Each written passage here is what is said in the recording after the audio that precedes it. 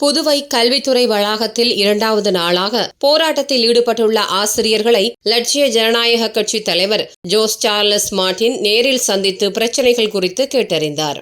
புதுவையில் அரசு பள்ளிகளில் கடந்த 6 ஆண்டுகளுக்கு மேலாக பணியாற்றி வரும் ஒப்பந்த ஆசிரியர்களை நீதிமன்ற உத்தரவின்படி பணி நிரந்தரம் செய்ய வலியுறுத்தி 200க்கும் மேற்பட்ட ஆசிரியர்கள் கல்வித்துறை வளாகத்தில் 2வது நாளாக தொடர் காத்திருப்பு போராட்டத்தில் ஈடுபட்டு வருகின்றனர். இந்த போராட்டத்தில் ஈடுபட்டுள்ள ஆசிரியர்களை நேரில் சந்தித்த லட்சிய ஜனநாயக கட்சி தலைவர் ஜோஸ் சார்லஸ் மார்டின் ஆசிரியர்களுக்கு தனது முழு ஆதரவை தெரிவித்ததுடன் அவர்களின் கோரிக்கைகள் மற்றும் பிரச்சனைகளை கேட்டறிந்தார். பின்னர் செய்தியாளர்களிடம் பேசிய அவர், புதுவை அரசு பள்ளிகளில் ஏற்கனவே பணியாற்றி வரும் ஒப்பந்த ஆசிரியர்களை பணி நிரந்தரம் செய்யாமல் புதிதாக ஆசிரியர்களை நியமிக்க அரசு முடிவு செய்துள்ளதாக சுட்டிக்காட்டினார்.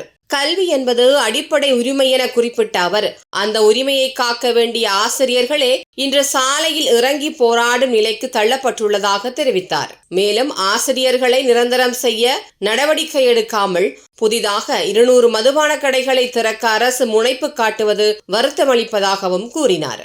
ஒப்பந்த ஆசிரியர்களை உடனடியாக பணி நிரந்தரம் செய்ய வேண்டுமென வலியுறுத்திய லட்சிய ஜனநாயக கட்சி தலைவர் ஜோஸ் சார்லஸ் மார்டின், அவ்வாறு செய்யாவிட்டால் லட்சிய ஜனநாயக கட்சி சார்பில் மிகப்பெரிய போராட்டம் முன்னெடுக்கப்படும் என எச்சரிக்கை விடுத்துள்ளார்.